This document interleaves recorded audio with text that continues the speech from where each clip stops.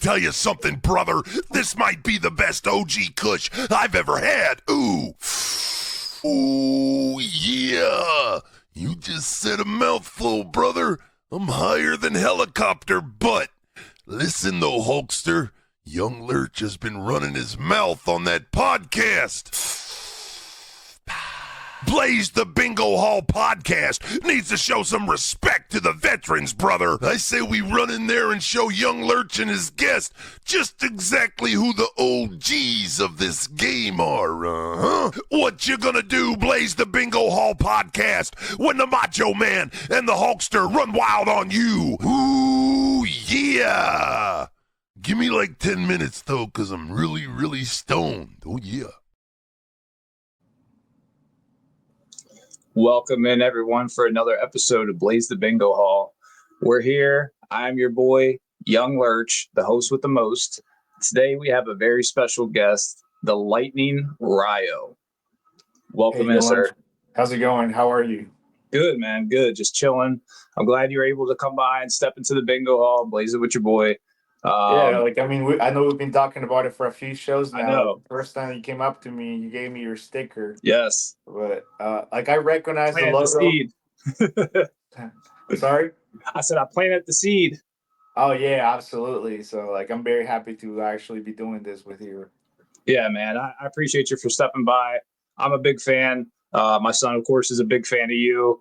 We've been to plenty of shows locally to me. WDWA is the promotion. I catch you there pretty much, not every show, but almost every show that we try to get there. And when you're there, it's always a treat. You know, you're good to my son, and he's a big fan of yours. But yeah, like I said, I appreciate you for stopping by. You're also known as the Last Incan Warrior. Do you still go by that name too? Yeah, I don't go by that name. It's been some time. I kind of just go by the Lightning. But before I used to go by that name. Interesting. When I was doing some research on you, I found out I had to brush up on my Spanish a little bit, and Rayo is actually Spanish for lightning. Is that correct, or am I not correct? Yeah. I was born in Peru, so we speak Spanish over there. What, Lima, right? Lima. Okay. See, It always messes me up when I go to say that, because we have Lima, Lima, Ohio, and then it's Ohio. like Lima, Peru. Yeah, I always mess that up, Yeah, no problem. But yeah, originally born in Lima, Peru. At what age did you come to the States? I came here when I was 11 years old. Okay. Over there, was there much of a wrestling scene, or did you start getting into wrestling when you came to the States? I mean, I think there was wrestling, but it wasn't that popular. It was kind of like a niche. So when I was a kid, I remember a lot of times seeing water bottles with The Rock or Stone Cold, or backpacks for WWF at the time. But I didn't really know what it was until I used to have a PlayStation 1, and my cousin used to bring his SmackDown games. Yep. So that was my first encounter with wrestling, playing with Kane, The Rock, Stone Cold on SmackDown, PlayStation 1. So that was my first taste of professional wrestling until I came here. Yeah. I guess once you came here and then you realized, oh, these people aren't just on the video game; they're actually real life. Yeah, like that. I'm sure that kind of blew your mind a little bit, right? Yeah, it was kind of crazy, but I was a little confused, because at the time when I was in Peru, I used to know it as the WF, because I didn't know what WWF was. It was just a W and an F. Mm-hmm. But when I came here, it was just a W. So it's like, oh, it's the WWE. So what happened to the WWF? Yeah, I was really confused about it. Yeah. I remember when that happened. We weren't. I was still a little kid, but we weren't really too happy about that. And it was just a big thing. But I guess you gotta roll with the punches sometimes. But yeah, that's a pretty cool story how you kind of discovered wrestling without knowing really. Hey, there's a whole actual world of it out there with these guys. But back to you. You're actually in your 10th year right now as a professional wrestler. You started in September 2015, so you've been on quite a journey. You actually, when you started training, you had your first match within 3 months. Is that right? Yes. It's pretty quick. So I guess you were a fast learner, caught on quick, or were you just that dedicated to where everything just kind of clicked for you? So like I kind of had a little bit of experience. It wasn't too much. Like before I started training at MCW Pro Wrestling in Maryland, Yep. I was going to this other place called the House of Pain. I didn't really learn much, but Okay. they had a ring over there, and I was just kind of like hitting the ropes, learning their ways. But it wasn't until I went to MCW where I really started my real training, you know. So like before I was just kind of like backyard wrestling, I would say. But once I got to MCW, they cleaned me up, and since I already had some experience bumping and hitting the ropes and doing basic stuff, like I was able to pick it up quicker. So when Yeah. the opportunity came where they needed somebody, they trusted me with the spot, you know. So you were saying that you started with House of Pain. That's under John Rambo. You wrestled, I guess, a little bit with his training in school in Hagerstown at the time. Was he still there? Because I Yeah, don't think he's not in Hagerstown anymore. yeah. At the time I was there. I was there for Okay. some time. Yeah, I found that interesting. It kind of blew my mind that that was who you were trained by. Him, and then also R.J. Meyer, otherwise known as the Bruiser. Yeah, Um, Brewster. Yeah, like I think that like I said, once I got to MCW is like where I started like my real training, and I was trained under the Bruiser and Dean Gutrich when I was at MCW. okay. Yeah, yeah. Were you? I guess you were pretty. Were you close to RJ at all, or? Yeah, he was my tag team partner at one point. So Yeah, that's we were awesome. yeah we were I think our so I used to like my gimmick at first. My character was a soccer player. I have that ready to go too. I thought that was interesting as well. I wanted to ask you about that. Let's get into it. Yeah, you Yeah. said that it was a soccer player, and you would also come out with a soccer ball as well. Uh-huh. Yeah, Tell me so about it. that's when I came with the name Rayo. Like I was Rayo, the soccer player, the soccer superstar. I used to come out with the soccer ball and scream goal. You know, like Were you a good so. guy, or were you like an obnoxious bad guy? I was a good guy for the Okay. most part. So then Bruiser took me in under his wing, and like we became a tag team, almost like Kane and Daniel Bryan. Hmm. So like our tag team was relationship goals. So uh, so we used to kind of like fight a lot, but at the same time we were like pretty close in the ring. So it was like a trainer trainee type of dynamic, and there was some comedy stunts in there, but it was pretty good.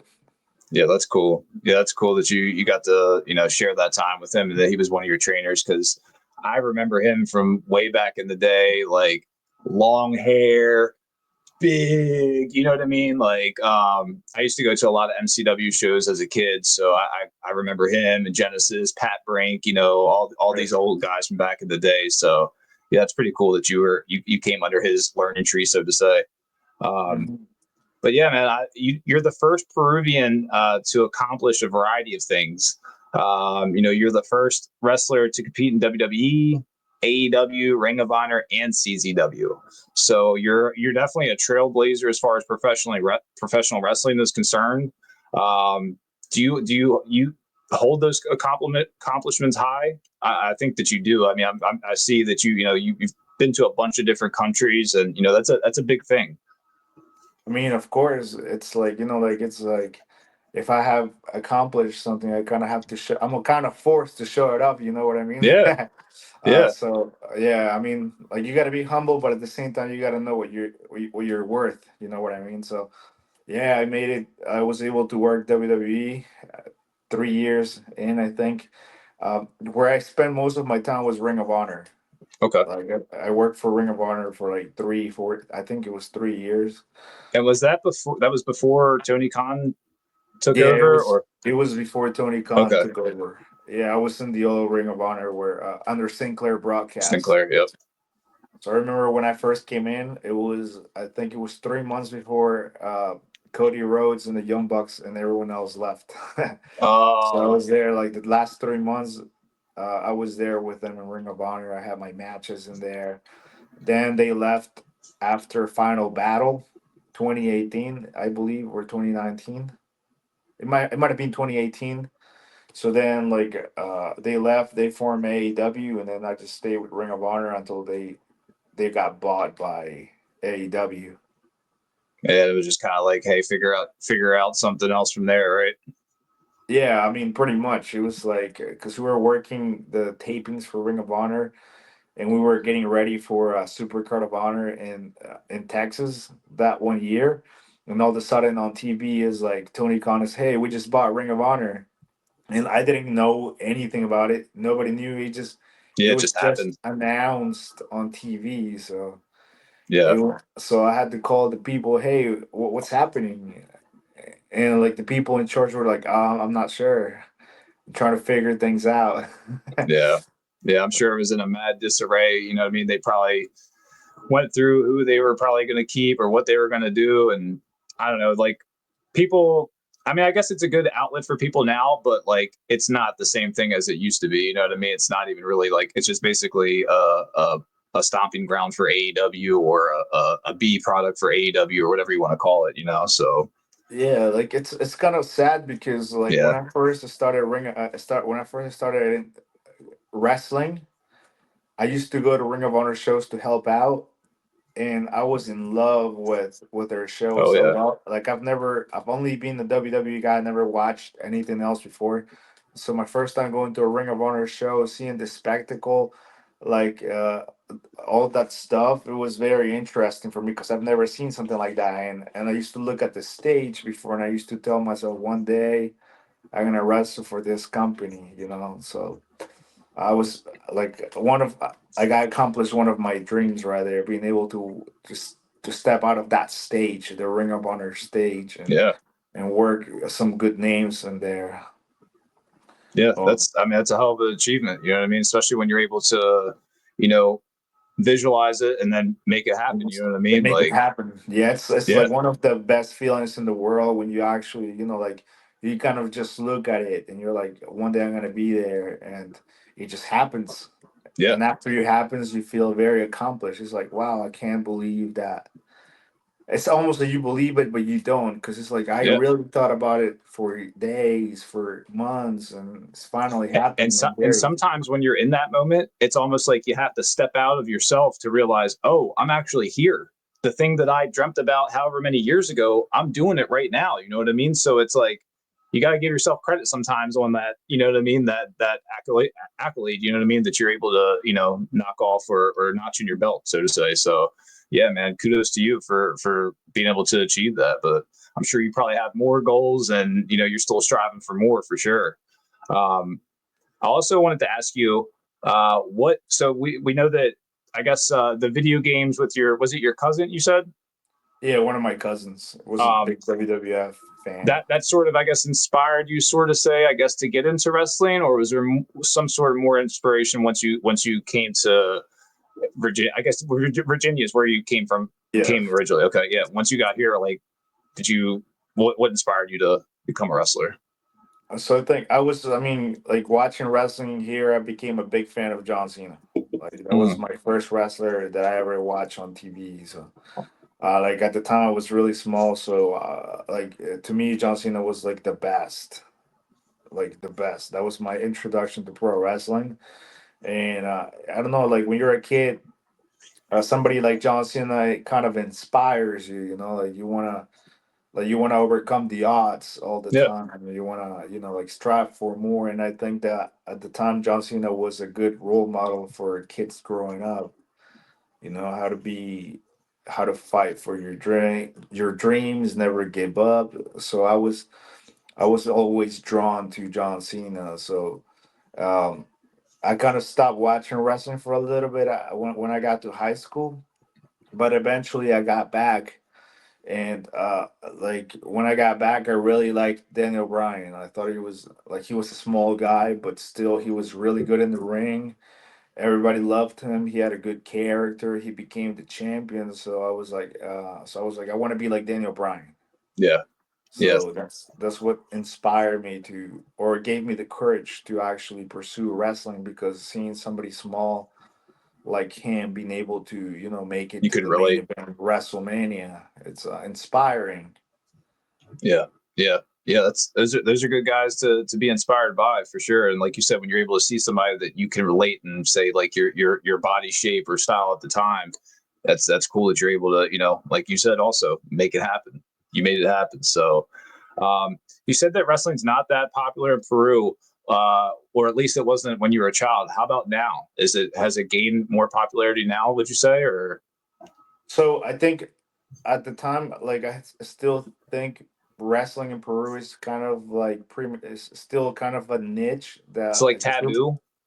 yeah, like some people go, but like after I made it, after I had my match in WWE, it kind of became a big deal in Peru, that it was on I the bet. news, it was on the newspaper, it was on TV. Everybody was talking about the first Peruvian wrestler to wrestle in WWE. So one of the companies called GLL, which stands for Generation Lucha Libre.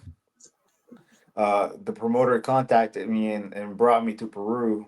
He flew me to Peru, and I had a match over there. And when I worked that show, the house was packed. Like I would say, like 500 people came to see me. Yeah. And when I was there, they treated me so good. They took me to all the local TV channels, national TV channels, to talk to people, and everybody wanted to know about me. So after I left, they still kept running shows, but they weren't that big. But every single time I go back to do a show in Peru, it seems like it always backs up. Oh yeah. Yeah, It always backs up. you're probably like a local celebrity when you come back. Like I think I seen, if this is the right clip, I seen on your Instagram they were like cheering your name as soon as you came out. Like the whole crowd was just in unison cheering your name. I'm pretty sure Yeah. that was in Peru, right? Yeah, Yes. yeah, that's pretty cool, man. It's inspiring just to watch that. You know what I mean? Things come full circle for you to come back and put on a good show for them and show everybody that, hey, dreams Yeah. come true. You know what I mean? Like, not to be Yes. cliche about it, but it's Yeah, it's pretty um nice because it's like it's my own country, like yeah, people in my country, they, especially the ones that are into wrestling, they look up to me. So it's I like that, and to a certain extent, I try to do my best. Therefore, like people know more about my country, and also kind of build Peru to be the next territory for wrestling, such as Mexico. Like I've been to Mexico one time, and like the lucha libre culture over there is big. yeah, Like it's big. Like they have wrestling every single day, Monday, Tuesday, Wednesday, Thursday, Friday, Saturday, Sundays. yeah. It's wild. I've seen it down there where, like, at a red light, the people they bring out a ladder and then they start doing moves right there, and then they trying to get tips and stuff like that. Like, it's crazy. Like, I mean, it's definitely the culture loves wrestling for sure.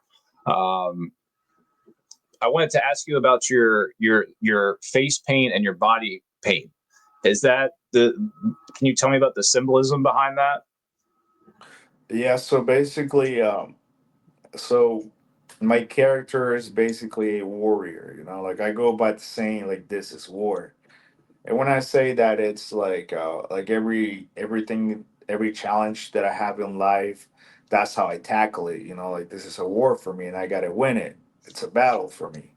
So my face paint is basically a war paint. So I like paint one side of my face, put my symbol in my chest, and I write things down. There it is. So Yeah, basically, that's my war paint. And I think, and the reason why I wear it is because a lot of times, like normally I'm a little shy, I might be a little bit quiet, but whenever I wear this on and I'm in the ring, I feel at my best. I feel at my core, I feel a lot better about myself. I don't feel self-conscious anymore. I actually feel like a warrior. So it helps me get in character. yeah, that's It's awesome. almost I forget I'm Caesar. I forget, like my real name is Caesar. I forget I'm Caesar. I become Rayo. That light switches, right? Yeah, Yes, I've tried to wrestle without my face paint before, but it doesn't feel the same. Really? Yeah, it doesn't Yeah, feel because the that's same. like it's a part of your ritual. It's a part of your routine. It's like Exactly. it's everything matters. If you're missing one part of that, then it's like I almost don't feel complete. Yeah, so it's like Yes, you probably felt like naked out there, almost like oh, like what is? exactly. Yeah, Yeah. that's cool though, man. That's cool. Is it different every time, or do you do it differently every time, or is it maybe one day you might feel like oh, I'm gonna throw a little something different in there, or I do it different every time, but it's like the changes are very subtle, so like you might okay. not be able to tell, but I do little things differently. Because I noticed like some of them, like you'll have like more coming across like the chin and stuff, and more across like the top of the eye. But then some might be, just in like these two right here, like this one here, like more white there on your face. But then, nah, not that one. Let me see here. I got this one. This is also your T-shirt too. Plug that one. So you got more going on there on the other side. Is it always on the same side, or do you switch it up? I switch it up. I switch it up. Sometimes I go on the left, sometimes I go on the right. It kind of like it depends on how I'm feeling that day. Have you ever done full face? I've done partial like right here. Okay. I don't like doing full face too much because sometimes it might get on your eye. And Might sweating not and be able stuff to like that. see. Yeah. Yeah, true. True. Yeah, that's badass though. I always think it's cool when you're all painted up and stuff. It definitely sets you apart from everybody else. Yeah. Another thing that I thought was really cool is that I guess they're Google lenses. I'm not tech savvy, but you have the glasses when you come out that record. I guess they're Google lenses. Tell me about how long have you been doing that for? Like that entrance with those Yeah, so they're Ravens. They Ray have Bans. Okay, yeah, like first I got it because I was like I would like wear them and listen to music, but then I just noticed that nobody was uh coming out to those or recording their entrance. So I just wanted to like test things out. I did a few times, like a few times I come out with my glasses and I record exactly how I'm walking in the rain because yeah, I want people from my social media to see the experience, to see I it love from it. my eyes. Yeah, I Yeah. love it. Definitely need more of that. I always think it's cool footage, seeing stuff like that. Even just watching people come out before they hit the curtain. You know what I mean? Like what's going through their head, what routine or whatever they're doing. That's always I always love that kind of stuff. And then literally we're watching it right through your own eyes. So I mean, the more of that, man, keep doing it, keep putting it out there because I think it's awesome. So. And I'm sure plenty of other people do too. Don't just do it for me. For sure. But yeah, so for a while, I was looking through cage match stuff, and I know a lot of this stuff isn't always accurate, but you were averaging about 30 matches a year for a while. And then it seems like you slowed down a little bit in recent years. Is there any specific reason for that? Oh, Um, I got married. okay, okay, Yeah, I life, got life, married. So yeah. So life happens, I got married. I'm going to college right now, finishing my degree. nice, Yeah, so in my like I dropped out of school back in 2015 on my junior year, so I can pursue wrestling full time. hmm So now, like, I just turned 30 last year, so I kind of wanted to like finish off my degree because I think it's like education is very important. yeah, So I went back to George Mason and I just finished my second semester. I got pretty good grades, but definitely, like focusing on other stuff, such as I created my own business for nice. printing and graphics.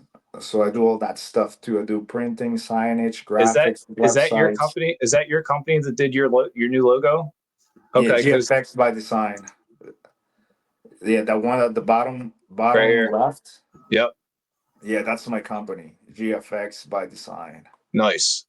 Yeah. Um, yeah, definitely we'll have to plug that and get that out there. Get a t-shirt from Rayo if you can.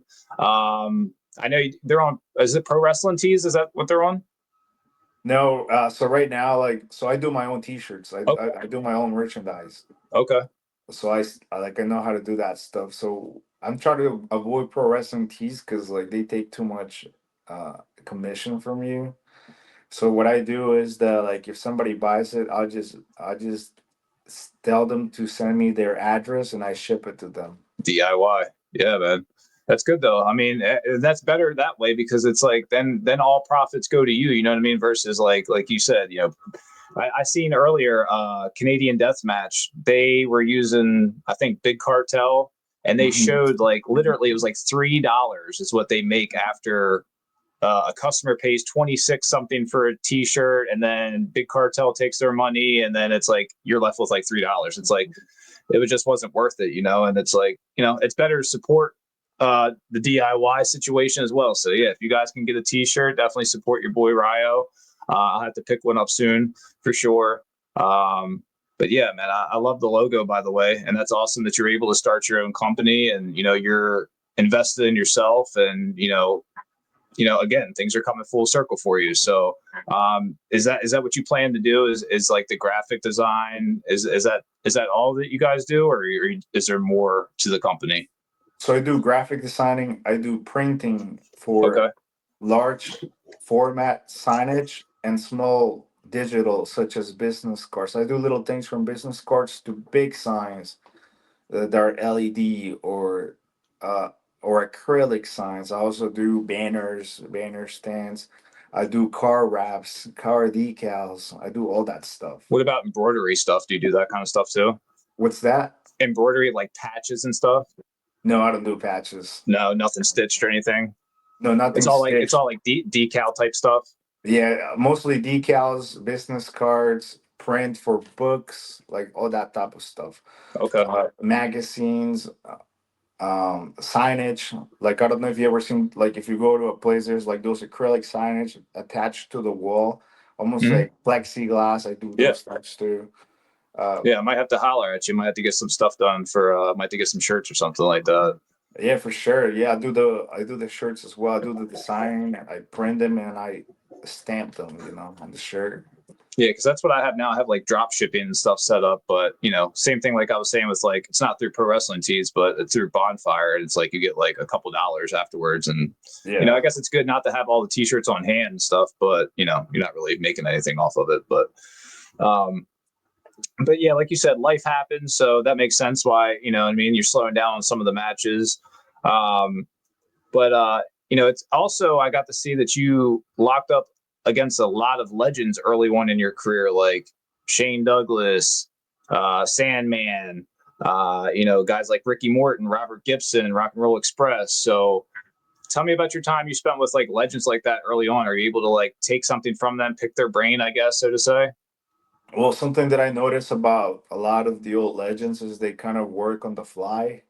And so, which means they just kind of like they don't rehearse or talk about anything about their match. Call it in the ring. You just call it in the ring. You just get there, you just feel it out, you listen to the crowd, and you just work around it. So that's something that I picked up from them, which is very important because I feel that like wrestling nowadays is too choreographed, where people really plan every single spot, and Yes. like it looks pretty, on AEW looks really pretty, but I feel that it's missing that roughness dynamic where like things is not clean. It's more like a fight, more Yeah. in wrestling terms they call it shoot, where it Yeah. looks real. So I mean, I like AEW.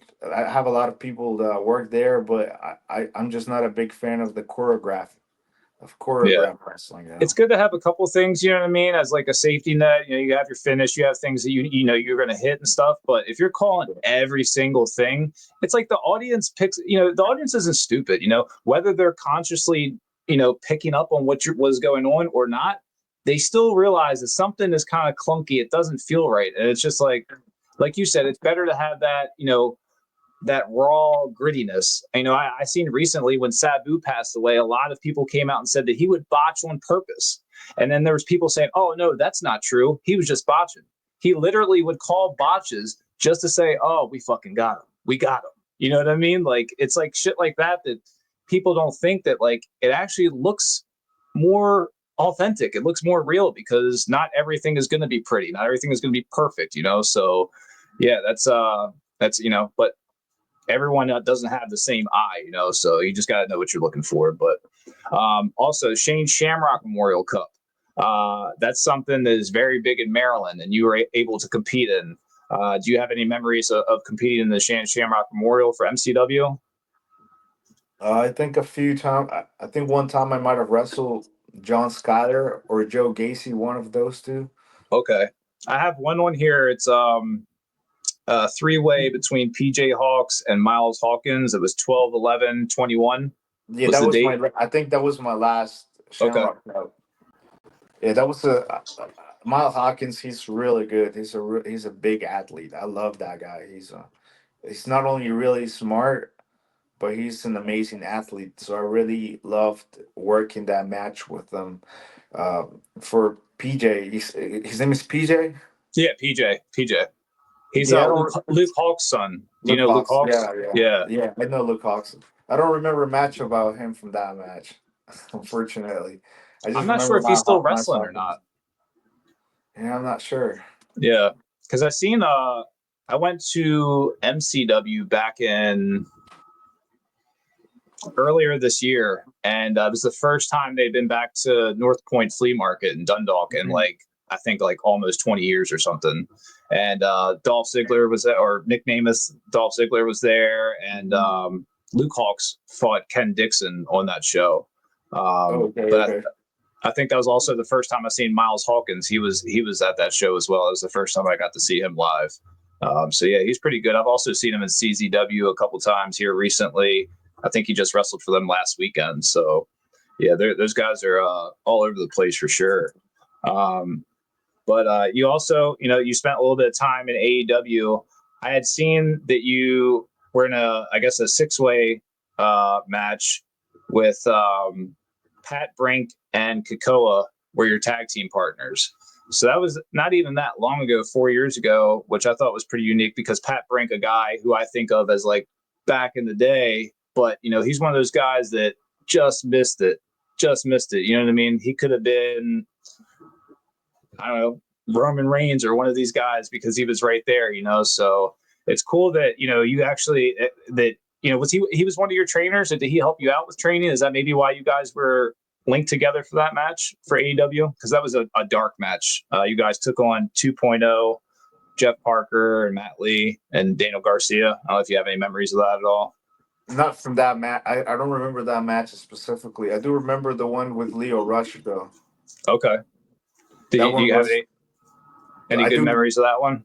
Oh yeah, they had good memories from that match because actually, Leo and I were training together at MCW, and we used to carpool a lot and go to shows together. So before he made it to Ring of Honor, I used to hang out with him a lot. I used to go to his house, stay over at his place. So after years later, he went to Ring of Honor, went to WWE, came back to the Indies, went to AEW, and we hadn't seen each other for years.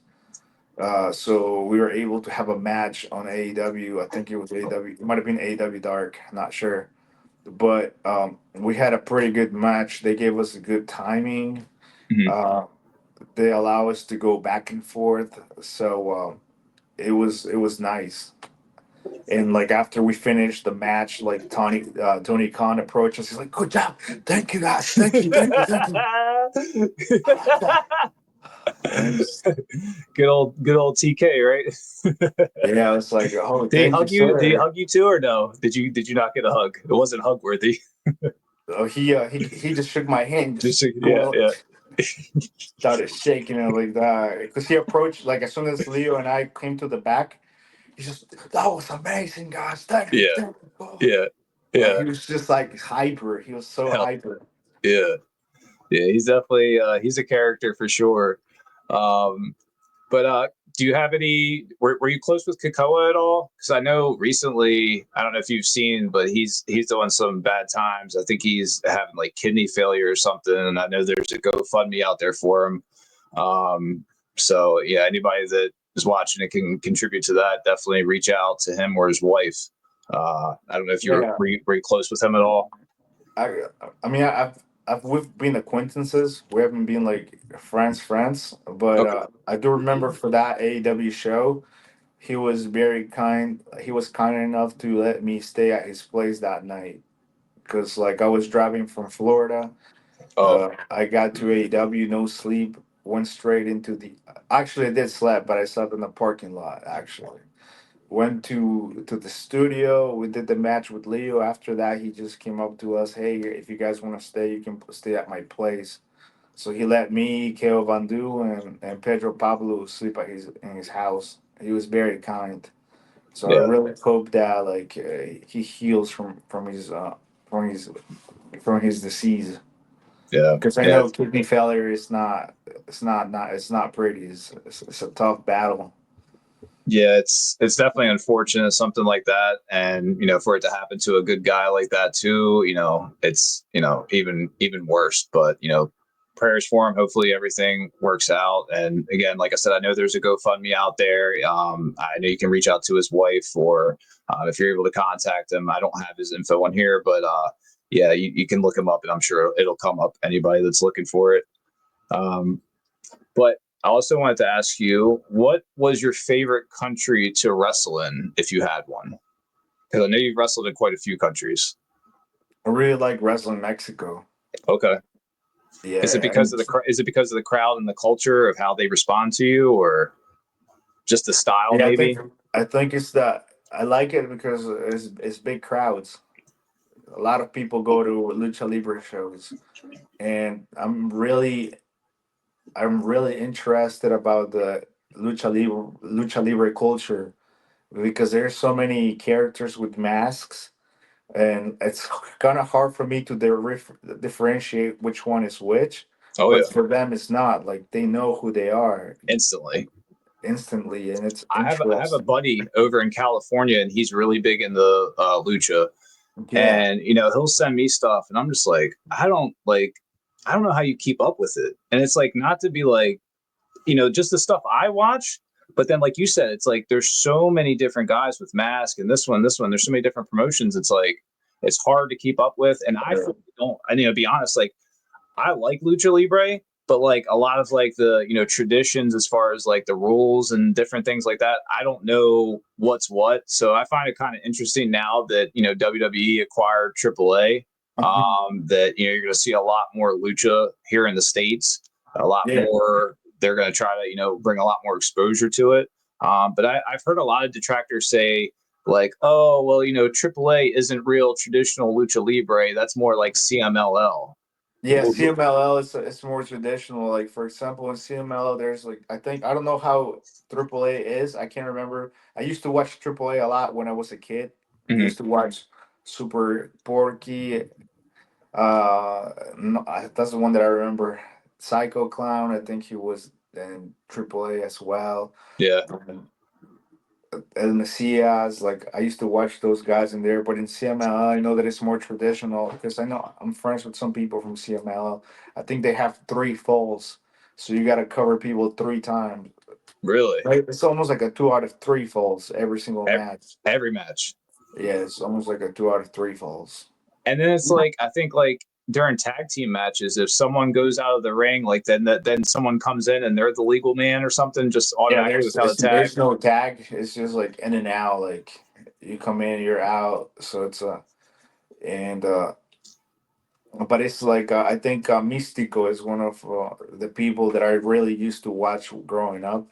That Hmm. was before it became Sin Cara, and it's a weird story because apparently there was. Let me try to explain this. All right, so there was one Mystico, okay, Hmm. and there's another Mystico. There's two Mysticos back in the days. There was the original Mystico, and then there was the second Mystico. The second Mystico became a big star in Mexico. So he got signed to the WWE and became Sin Cara. Now the first Mystico, he got beef with with the second Mystico because he stole his gimmick. But then eventually also made it to the WWE, and the first Mystico became the second Sin Cara. Yeah, that's wild. So it's like they were feuding from the Indies all the way till they made it to the WWE, and ironically they happened to be The fighting over same. the same Sin Cara character. Yeah, it's wild. And It's wild. and and it's very interesting because I ended up wrestling the first Mystico, who is the second Sin Cara, the Black Sin Cara. I ended up wrestling him back in 2021 in Texas. We had a great match. Alberto Del Rio was involved in that match. He was his Mm. manager. I came out with Akbar Farad, and like we had a great match in front of 1,000 people. But after the match, we're like eating out, eating tacos in a cookout, in a Mexican cookout fiesta type of thing. And they were telling me a lot of stories from WWE. So he kind of told me the story of Mystico, Yeah, that's the cool, man. character, the Sakara characters. Yeah, that's definitely awesome. It's like same thing like when you talk about La Parca. Anytime someone tries to explain the La Parca situation, I'm just like, here we go, man. It's like sometimes I'm like, oh, I get it now. And then sometimes I'm like, the La Parca one is crazy. Yeah, it's like, but yeah, I'm also interested. I'm trying to invest in La Parca 3 because he's like been given the new gimmick, and I think he has the blessing of the family and everything like that. So yeah, I'm interested. He was one of my guys back in the day, WCW La Parca. I was big on Juventud Guerrera and Psychosis, of course, Rey Mysterio. All those guys back in the day were I loved that time of Lucha Libre. But yeah, those guys are awesome. I wanted to switch the subject a little bit. Are you big on food? Are you a food person? Because I know, like, I've been to a lot of Peruvian, I guess, restaurants, and the chicken is amazing. The charcoal chicken, I guess. Are you big on food? I've seen you post something about food the other day. I think that one of the restaurants in Peru, or they've been voted #1 restaurant again, I think. Yes, yes. So like Peru right now is recognized as having the best food in the world. Nice. Uh, so basically, like every single year, they give out an award for the best restaurant in the world. A few years ago, you can only win once. Each restaurant only has a chance to win one time. When you win it, you're done, basically. So Peru won a few years ago, became the #1 restaurant, and then another restaurant from the same country won the second title. So there's Damn. two restaurants that are considered the best in the world, and they happen to be from Peru. And That's like awesome. definitely, like if you get a chance, you should try more than just chicken because there's a lot of That options. There is ceviche, there is lomo saltado, there is what's it called, ají de gallina. There's a lot of different menus that you can pick, and they're all delicious. yeah, Like I'm that's have one thing to. that I love. Yeah, I was gonna have to definitely have to check it out. That's what I was gonna ask. Do you have a favorite dish? Lomo saltado, I like that one, which is basically steak cut in squares Uh, with fried onions, fried tomatoes, French fries, and rice, white rice, and it's really good. It's really good. nice, Yeah. nice. Sounds good. I have to try that one. Yeah, I always go, like I said, I always go for the chicken. I get the yellow sauce and the green sauce and all that. Yeah, it's fire. There was a spot in Hagerstown. I think it was called Mama Peru, and it was there for like a long time, and it closed up. So it's like I like going to the local ones versus like going to like like one of the chain ones or something like that. But yeah, that's always good stuff. Um, is there anyone that you have on the bucket list of wrestlers that you want to lock up against? I don't really have like or I never really thought of a bucket list. But if you ask me right now, somebody that I would really like to lock up would be Rey Mysterio. That would be a good one Yeah, for it might sure. be a little bit hard now that he's kind of like on his way out. Yeah, But yeah, Rey Mysterio. I mean, John Cena was my favorite, but he's already about to leave too. It's like John Cena, yeah. all those guys. You probably just missed the boat on that Rey Mysterio match when you were with Ring of Honor, and then AEW was created because they had that Ring of Honor. Well, I guess was it co-promoted, or I guess that was like AEW before AEW, the All In show that they had, Yeah, or so where what Ray, happened Ray was like it was like the show literally happened a month before I got into Ring of Honor. Just 1 month. okay, But basically, what happened was that the Young Bucks and Cody Rhodes, they talked with Ring of Honor and they produced All In, but All In was produced by Ring of Honor. Like Ring of Honor uses the equipment, yeah, they used their stage, their ring, everything was Ring of Honor produced. But the show was called All In, and it was promoted by Cody Rhodes and the Young Bucks. However, Ring of Honor's like the footage and everything belonged to Ring of Solid. Honor until they got bought by AEW. Yeah, that's wild. Yeah. It's funny too that Tony winds up buying them later on too after he creates AEW. It's funny how that comes around. But also so talk about locally. Recently, you just had a title shot at WDWA's Over the Top event, a heavyweight title shot against AK Bane. That's a big boy for sure. He's an up and coming guy. I would say. You see him probably at MCW or WDWA now as the heavyweight champion. But yeah, that was a hard hitting match for you for sure, man. You took a beat in that one. Yeah. I mean, if you notice, like he kind of jumped me from the star. Yeah. It wasn't like the ring, like the bell didn't even ring, and he just like hit me with the bell. Yeah. So I had to start from the bottom, but Yeah, eventually I man. got him back. I hit him back with that belt, and I Yeah, was man. this close to beating his ass. Yeah. But Yeah. like he's the Pharaoh monster for a reason. He's young, he's hungry, he's the Pharaoh monster. But definitely would love to have a rematch with him, and this time like no jumping around. Like Yeah, try you're to be fair. outnumbered a little bit. Yeah, exactly. Like I'm not gonna complain because the match is done, but that was kind of weak of him to just attack me before the match, hit me with the belt before the belt even rings. Like Yeah. it's not a real champion. It's Yeah. just He's somebody. he's unhinged, man. He's a monster. So, but is there any up and coming guys that you would say to look out for? I know you mentioned like Keo Vandu. He's a guy who I've seen on social media quite a bit. His name keeps coming up. I've seen him wrestle like Ty Awesome, and a few other people. I haven't seen him perform live. I know you wrestle with him over in like FWA. Is he a guy that you should probably look out for on the up and coming rise?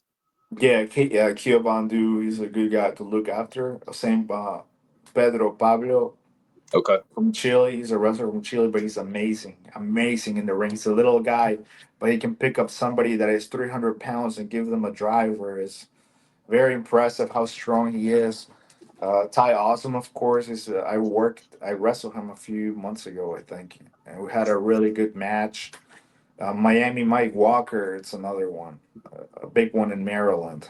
I seen him for the first time at that MCW show as well, and same thing. I see he wrestles for CZW a lot now. They just were tag team title champions for CZW, and they just lost them. So, Yeah. but yeah. So, with the up and coming guys, what's next for you though? Like you said that they're strong guys. You actually slammed AK Bane, which I was like, damn, you got him up with no problem, slammed his ass. So yeah, I mean you're right there with him, man. You definitely got the strength. But what's next for Rayo? Like, what do you have your sights set on? So right now I'm working for WDWA. They just opened up a school, so I'm the head trainer. Oh, Um, really? Nice. yes. So this has been my first month as a trainer, and we have about eight students so far, and it's been pretty good, man. Like everybody has been learning fast. We have training every Tuesday and Thursday. Okay. Where's the school out of? It's literally, the fire department where we had the shows. Yeah. It's just across the street. It's like Okay. a block, 2 blocks away from there. Okay. I think it's a storage from the fire department, but we cleaned it up a bit and turned it into something nice. So it's Nice. definitely like anybody who's in the area and is interested in becoming a pro wrestler, they can reach out to us on social media and Yeah. schedule a time to come by and check out the school.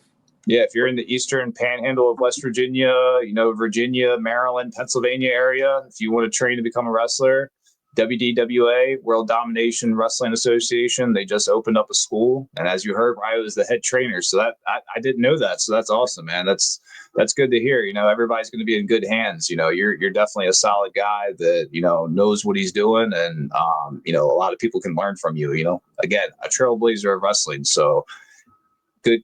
That's really good.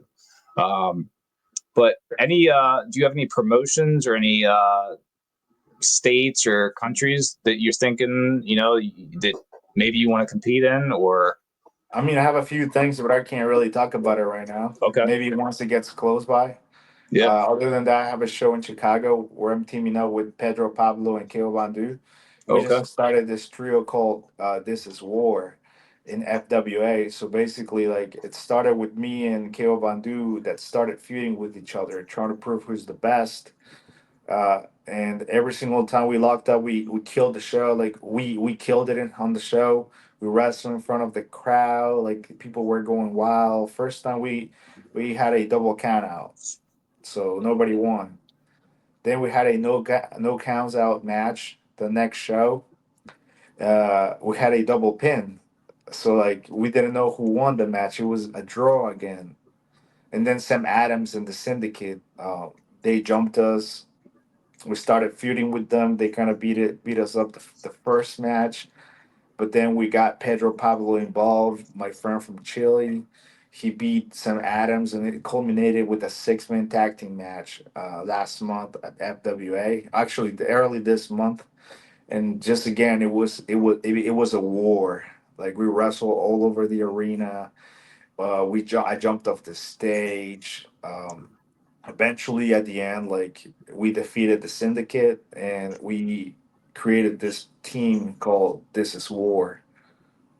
That's awesome. Yeah, I had noticed you and Keo were having a little bit of a feud, and when I was doing more research before our interview, I had seen that you were in that faction. I was like, that's weird, but that's cool though, because I always think that for me, a lot of times when I become close to people, a lot of times we butt heads in the beginning, and those a lot of times become your best friends or your closest allies, so to say. So that's a cool thing that you guys got going on there. Yeah, so like something that like I've been doing, because this happened on FWA a few months ago. We kind of been building this story and that promotion, but something that I've been doing is that I have all the footage, so I'm releasing like weekly episodes called "This Is War," and now you can check it out on my YouTube channel, which Okay. is Rayo Wrestles. Yeah, So definitely right gotta check now, that out. yeah, last week we released the first episode. This tomorrow I should be releasing the second one, but it's basically is gonna teach the crowd or like the audience how we became a tag team. Okay. Yeah, I must have seen something. Maybe it was on. Maybe you released it or Keo released it. It was something where you guys were like face to face and like, maybe it was like you said. Maybe it was like the first episode or something like that I've seen. But yeah, I'll definitely have to tune into that. And anyone who's listening, definitely tune into that. I want to make it to a FWA show. They're just out in Haverty Grace, right? Yeah, Usually, it's is that where pretty they run? far, but it's a good time every single time you go there because it's It's a like cool venue too. yeah, they have an open bar so you can grab a drink if you want Yeah. to. You can bring out some friends. Like, everybody's loud. Like, it's different than WDWA shows. WDWA shows are good shows. We're more like family Family friendly. friendly. You Yeah. go bring your kids over there. You can bring your kids to FWA as well, but it's more, I would say, more of an adult audience, more like CZW, Yeah.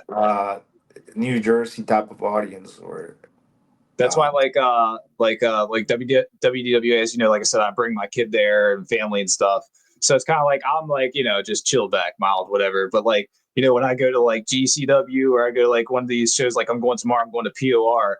yeah, I'm gonna be it's the one that's wild. gonna. Yeah, I'm gonna be the kid. You know what I mean? So it's like, exactly. yeah. Right. So it's fun. You know what I mean? It's cool to have that mix too, because I like the family friendly shows too because it's a fun environment. And Yeah, it's a fun get environment. yeah. But it's also good to be in that adult environment too and get that real grittiness going. So yeah, it's always fun. Yeah, But I've yeah, been to. you mentioned good.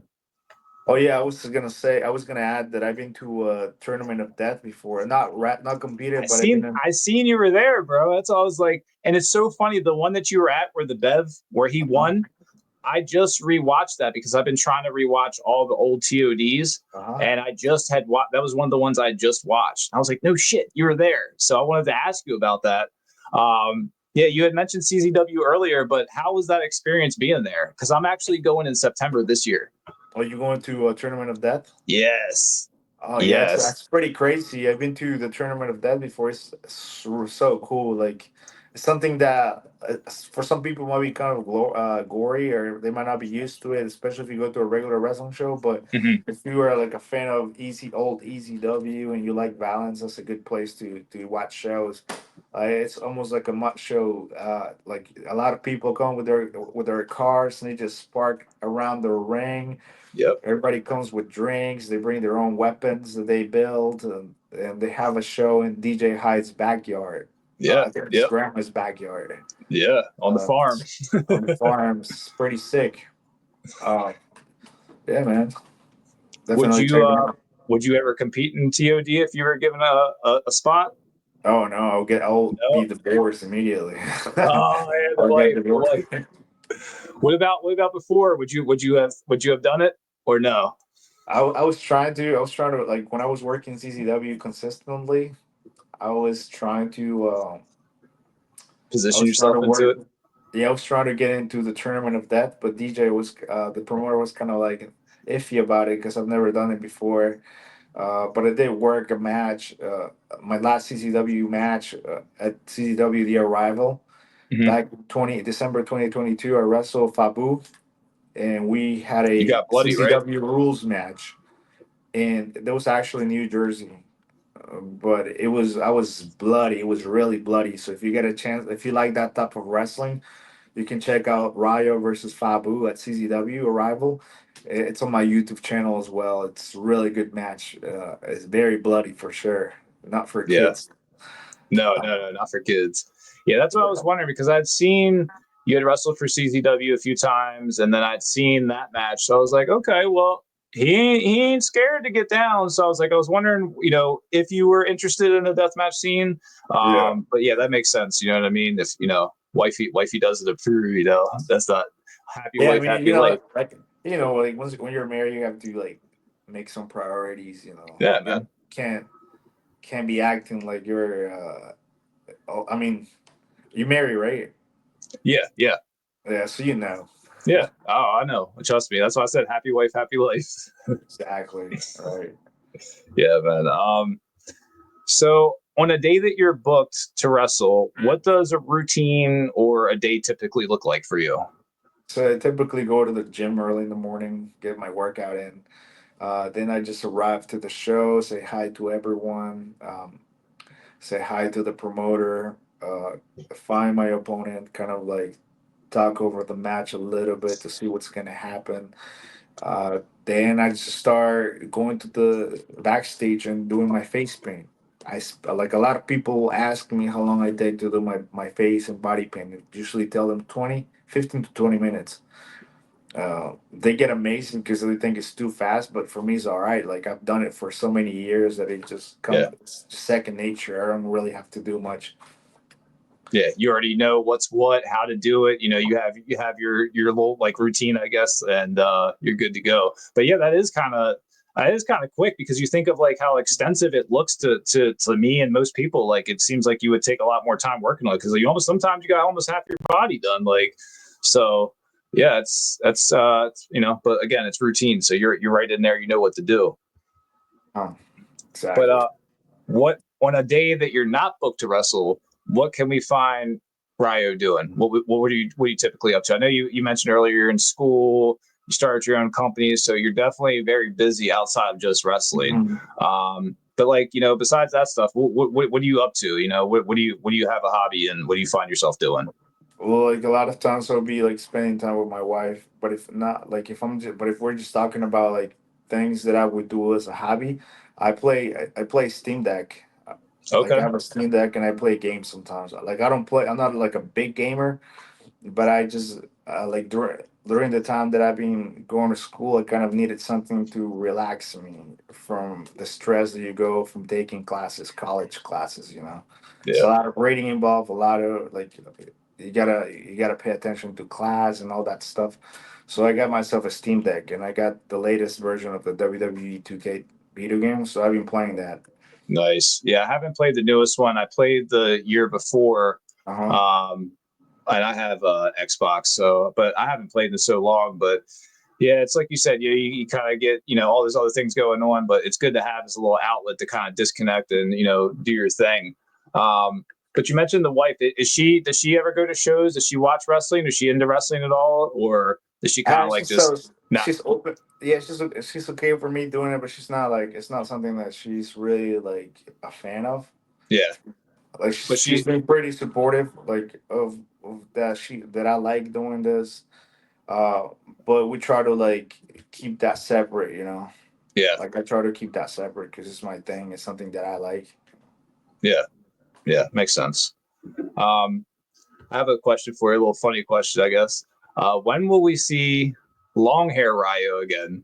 Or will we ever see long hair Ryo again? Yeah, I don't think I'm gonna have long hair for. I don't think not anytime soon. Not You know. anytime soon. I see that. I was like, oh, this man cut his locks off and everything. I didn't know he used to have long hair. But this is an example here where you're talking about the bottom of your face that you would do with the face paint? Yeah. Yeah, Okay. exactly. Was that was probably earlier in your career? That looks Yeah, like. early in my career, yes. Okay. Exactly. Yeah, I used to have really long hair. Really. Okay. Like that was when I was doing the Incan Warrior game, like Okay. our Yeah. So character. tell me about the mask. You used to wear a mask to the ring. I have that here too. What does the mask mean to you? And was that something you did before you started painting your face, or? Well, so I started with like so when I first did that last Incan Warrior gimmick or character, I came out with an Incan mask. So that was my Incan mask that I used to come out to the ring. I didn't wear face paint at the time, but the mask was a good addition because I would come out and like it would get people's attention. You know, like people would see the mask and they liked it. Uh, but eventually, like I kind of let go of the last Incan Warrior nickname because I felt that it kind of held me back a little bit from being more flexible to other things. Because if I'm the last Incan Warriors, a lot of smoke and mirrors. It's like I gotta act like I'm the like a real Incan and I'm the last one. So it's like it's way too Yeah. much. So I became the Lightning. Why the Lightning is because I'm fast. I'm really fast in the ring. Um, I'm I kind of consider myself as a reincarnation of the Incan gods because Incan is in my blood. It's where I came from. I'm from Lima, Peru. Uh, the face paint is addition to my character. But Yeah. I'm sorry. I was just saying I had seen a lot of that when I was doing research, that like a lot of like the Incan gods, like you mentioned, like lightning and different ones. I don't want to butcher it, but what I was reading, it was really interesting, and it made me look a little bit differently at your character and your gimmick, like you said, more in depth. That it means a lot more than just another wrestler or another guy coming out here that's painted his face. It actually means something. You know what I mean? You carry that with you to the ring and in the ring. Yeah, So because it's like as I mentioned before, like I kind of need that face paint because if I don't wear it, like I don't feel like myself. Like I don't feel like Ryo. I feel like Caesar, the college student, the person that has a business, and I like that person. I like Caesar. I like being the businessman. Outside of wrestling, I'm a businessman. yeah, I'm always looking for sales. I'm always looking for business. I'm always looking for ways to grow. I'm always looking to expand my consciousness. That's the person that I am outside of the ring. In the ring, I turn into this warrior. As soon as I put my face paint on, as soon as I come out to the ring, that's awesome. as soon as I feel the audience, it's not that I'm faking somebody, is I become someone else. I morph into Ryo. Yeah, you embodied what becoming Ryu, like you said, and that's what I was going to ask is when you were doing the mask and you would take the mask off, kind of like what you were saying, you kind of felt like incomplete almost when you take it off, but when you have the face paint on now, it don't come off, so you're the whole time you're feeling that spirit and that embodied warrior that you're trying to become. I mean, it does come off. Like if you notice Yeah. after my matches, it kind of rubs off, but at the same Well, I'm time, it saying looks like you feel that, what I yeah, mean, that you feel complete in what you're trying to, of course, yeah, exactly. yeah. Um, I know we had spoke a little bit before we started recording, and you said that you wanted to talk about it, but you said you had some interesting cannabis stories that you wanted to bring up, some 420 stories. So let's talk about it. You said you used to smoke all the time back in the day, so let's talk about it. What does Rayo have for us? Well, yeah, I mean, like just like anybody else, I used to smoke weed every single day. I've been stopping more in the last few years.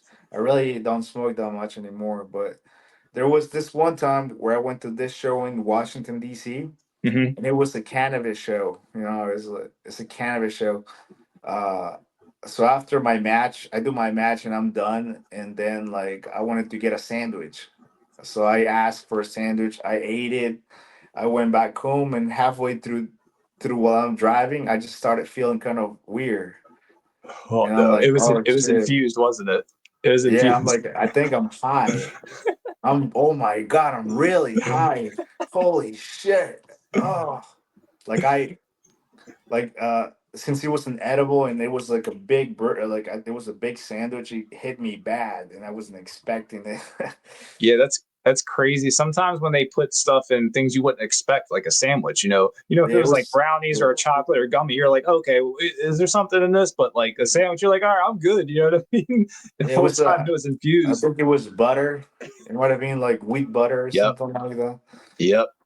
So, but That's what. I was done. I was done after eating that sandwich. I went home and I just lay in bed and slept for like a few hours.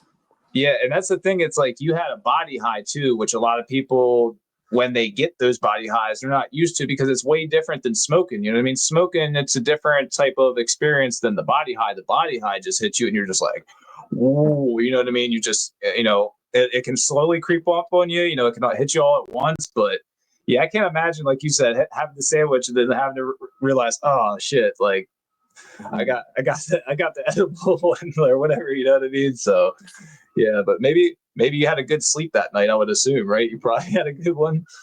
Yeah, I don't remember honestly. I don't Yeah. remember what happened. That's how bad it hit me. That's hilarious though. That's hilarious. Um but yeah, so I want to go ahead and go on to the seven wrestlers theory. And then we'll go ahead and wrap things up. So the seven wrestlers theory, I'm going to ask you some questions, and you just give me the first person or whatever first thing that pops in your mind. All right. The first one is the one that made you fall in love with wrestling. John Cena. John Cena. Your newest favorite wrestler. I don't really have one. I was going to ask you that earlier. Do you consume any current Okay, product? I got you. Good. I like Jey Uso. Jey Uso. Yeah. Jey Uso is definitely he got over organically, but then there's a lot of people that say like, oh, he's not this, he's not that. So I guess It's it's divided. because yeah, I think it's because people expect like a five-star match, 5-star matches from Jey Uso, but I think Yeah. he's like for like John Cena back in the day, he wasn't like the best 5-star wrestler, but he had a good character. He got a good connection with some audience, Yeah. some of the audience. Organically. Yeah, so I think that like I was really rooting for him at WrestleMania, so I was happy that he won. Uh, I was a little mad that he lost to Gunther, honestly. But Honestly, since WrestleMania, I've been just keeping up with highlights. uh, Like I told you earlier, I'll watch Night of Champions probably after we get off here. But yeah, it's been kind of like, I don't want to say on the downfall, but like I don't know what the hell's going on. But just to we'll get back to the seven wrestlers thing. But I wanted to ask you that: do you, besides WWE, do you consume any current products right now, or do you not? Are you not watching too much that's out there? Because I know a lot of times when you're wrestling and obviously you got life going on, a lot of things happening. It's hard to sit down and yeah, dedicate yourself to watch these things because there's just so much out there. But is there anything that you keep up to date with, or I guess WWE's your thing?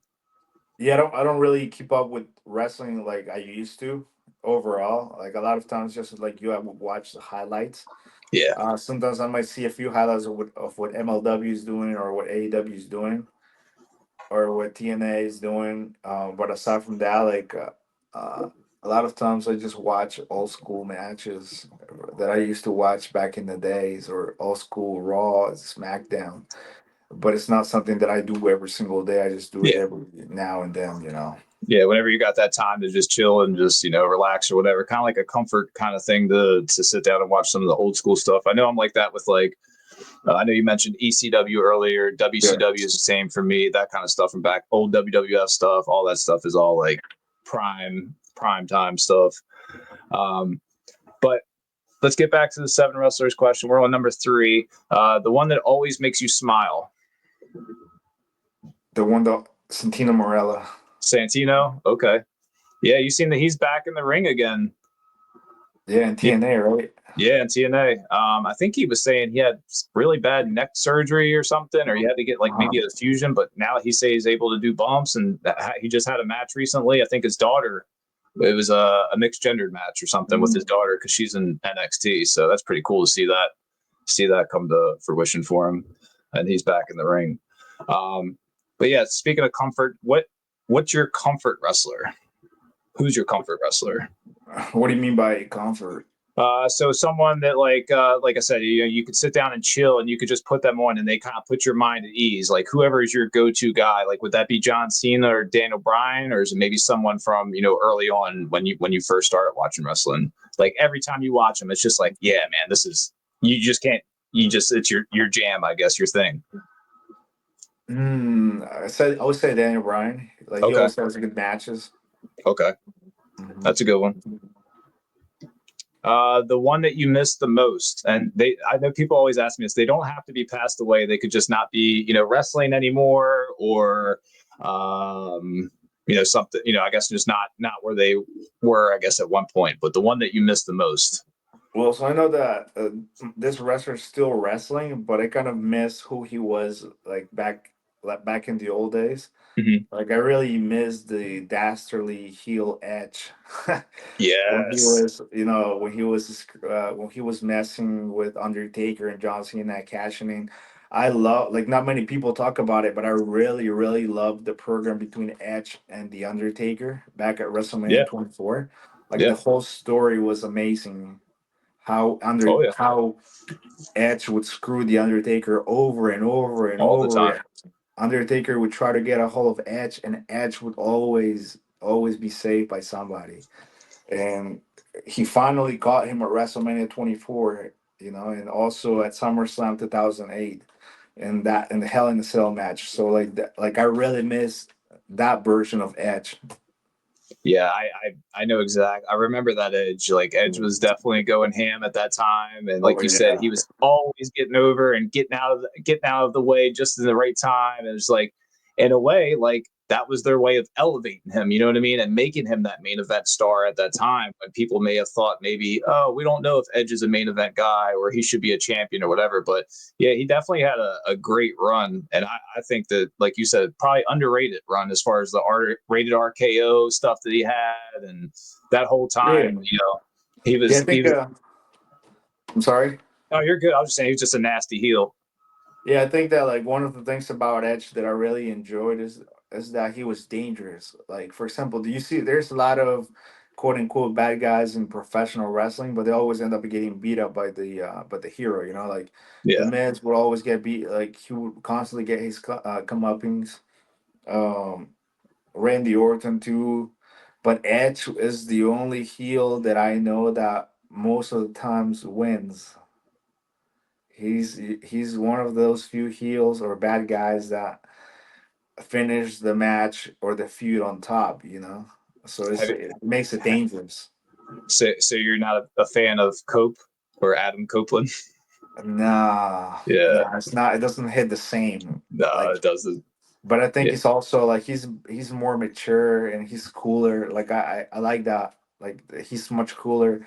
But it's just that I really miss when Edge was like trying to escape the cage because Undertaker was coming for him when he's like pulling him by his legs and Edge is like help. Yeah. I really miss that. Yeah, his facials and all that stuff. Yeah, he was definitely on a whole new level at that time. But yeah, I can agree with that. Who's the one that you would protect with your whole life? Protect nobody. Nobody. Okay. Who's the one that you're rooting for the most? Jey Uso. Yeah, I really like it. I really, I mean, I never really pay attention to Jey Uso, but it wasn't until he won the Royal Rumble. I was like, why is this guy winning? I started paying more attention to what he's, because I've always known him as a tag team wrestler, you know. Yeah. So it's like, so then he won the world title. So I started to actually pay more attention to him after he won the world title. Uh, so I think like hopefully, I mean, business is business, you know. Like I'm not gonna complain about it, but hopefully he can get back up. You know, like, hopefully he can get back in the main event because I think he has a lot of potential. Even though Yeah. some people don't like him, you know, because it's very similar to John Cena. A lot of people didn't like him being on top. They were just haters. A lot of people are haters. Yeah. They're kind of like, if you notice, a lot of people are really happy for you when you first make it, but then eventually you start, once you're on top, like once the company keeps you on top or tells you that he's the top guy, people turn on you like this. Yeah. Like it happened to Roman Reigns, it happened to John Cena, it's happening to Cody Rhodes. It happened to Cody Rhodes too. So you know that they're doing, you know that those wrestlers are doing something right when the people are turning on them. Yeah. Yeah. That's a good way to look at it. And it definitely happens. And you see that all the time. It's kind of like, I don't know if it's tribalism or tribalistic, but like, kind of like when you're into like a band or someone that's like, or say a wrestler and you know them and that you watch them grow. And then the moment they become commercial, so to say, or they're the chosen one, or they're saying, hey, this is the guy, it's like, well, I don't like that guy anymore, I don't like that band anymore, you know what I mean? It's kind of, Yeah, exactly. it's weird how people, I guess it's just people, humans, I don't know, man, it's weird how that goes like that, you know, like, um but yeah, I wanted to say thank you for getting through the seven wrestlers theory, and thank you for coming on to Blaze the Bingo Hall with your boy. Let the people know where they can find you. I know Rayo wrestles on Instagram. You mentioned YouTube. Where else are you at? What else do you have coming up? Promote it. Let the people know. Yeah, so right now it basically is that you can find me on Instagram or X at Rayo Wrestles, and YouTube as well. I have my This Is War episodes, so you should definitely check it Definitely out. checking that out. I just released the first episode last week. The second episode is coming up this week. So we're trying to build up this team between me, Pedro, Pablo, and Kio Bandu.